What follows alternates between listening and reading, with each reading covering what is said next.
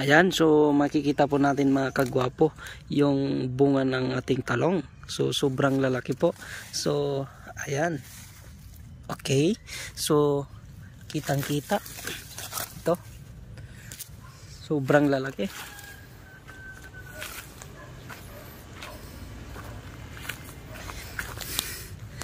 Ayan po. So kung makikita po natin, ayan po. So sa first harvest pa lang ng ating talong nabawi na po lahat ng ginastos. Yun ay dahil sa tamang proseso at tamang diskarte ng ating pagtatalong. So quality check po natin yung bunga ng ating talong.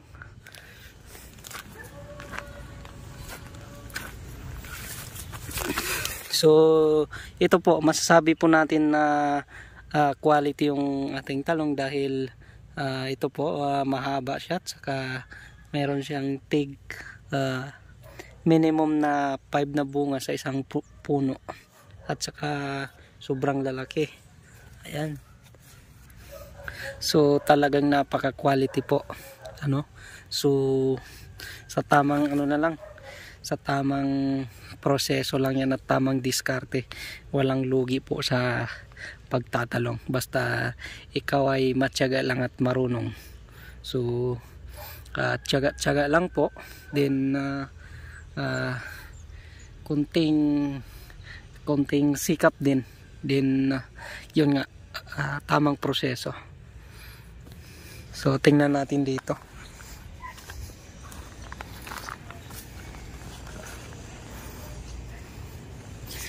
Ito, grabe ang laki-laki.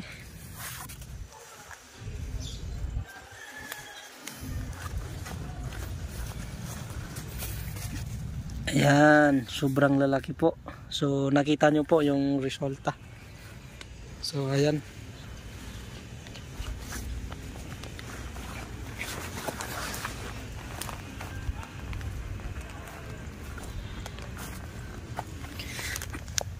Ayan po, so nakikita po natin sa ilalim yung bunga ng talong. So ayan, nasa ilalim po. So sobrang lalaki. Ayan. So itong variety po ito yung hindi mahaba pero sobrang lalaki. That sometimes yung ating harvest, it depends upon the variety na itinatanim natin, saka yung tamang pag-apply ng chemicals, mga spray, mga yung pinang-spray natin sa mga insekto. So dyan lang po nakabase yung tamang pagtatalong. So tsaka napapanahon din po, kailangan din po alamin natin yung panahon na kung kailan mahal yung talong at saka mura. So dyan lang po umikot yung diskarte sa pagtatalong. Yan po.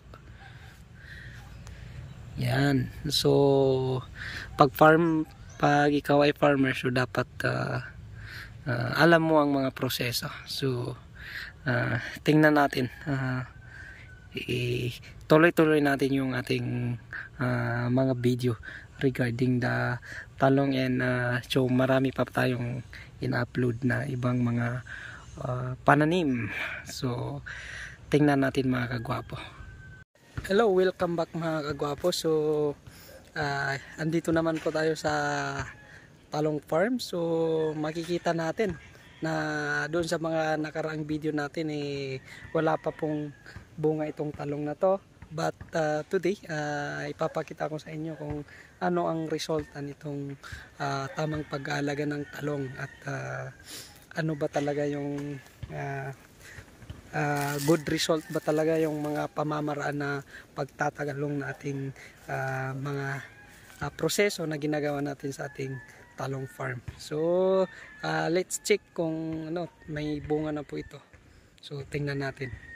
So ayan po mga kagwapo. So mahaba na po yung talong at nagsisimula na po siya mamunga.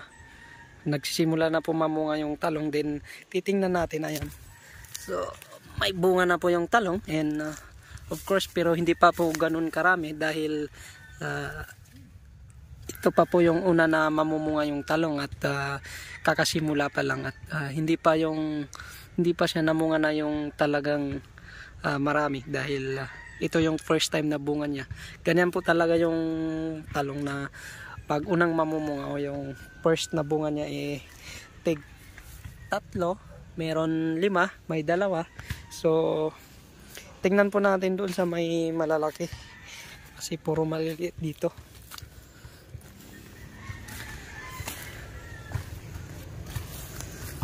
So as you can see mga kagwapo, ito sobrang laki. Ayan po, malaki po. So i-ano ko po para ma-estimate natin yung size. So pag i-ganon ko po, so mag-ganon yung kamay ko, hindi po mag-merge yung daliri ko. So malaki talaga, parang baso kalaki yung laki ng bunga ng talong na. So as you can see, so bago lang po nagpatubig dito, basa pa po dahil araw-araw ngayon pinapatubigan dahil tag-init ngayon dito. So tingnan po natin yung epekto ng init. So dahil tag-init ngayon, yung ibang dahon ng talong yan, so medyo na-dried siya, pero as you can see, dahil sa mga proseso na sinasagawa natin kagaya ng pagpapatubig araw-araw at madalas na pag-abono ng ating talong, so yan po yung resulta. So nakaka-survive pa rin at sobrang ganda. So yan po, dahil almost I think every 2 weeks or 3 weeks, so nag-apply po ng fertilizer dito kasi nga po tag-init.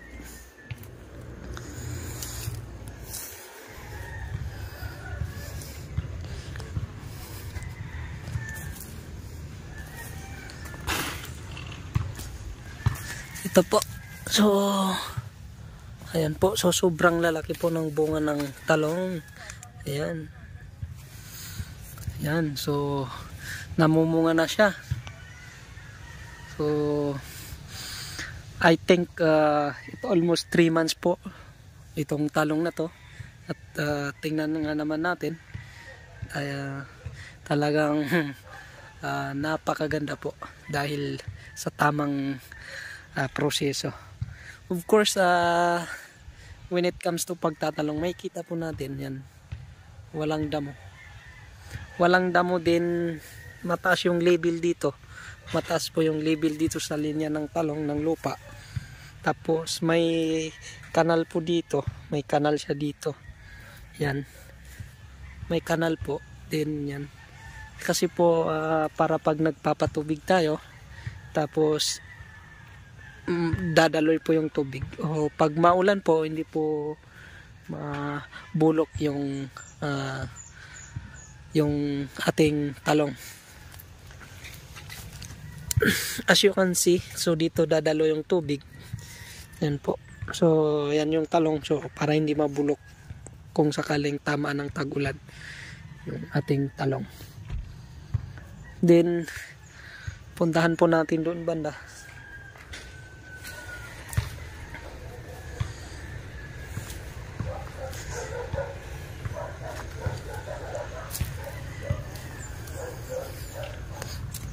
Ayan, so nasa lupa na yung pero hindi naman siya nabulok, nakadikit siya sa lupa, pero hindi naman siya nabulok yung bunga kasi nga hindi naman tag-ulan.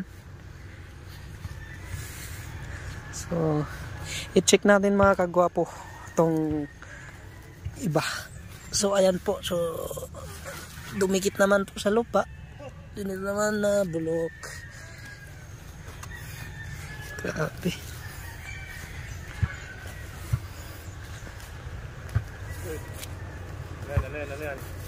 Harvest ako ng talong. Ilang kilo bang gusto mo?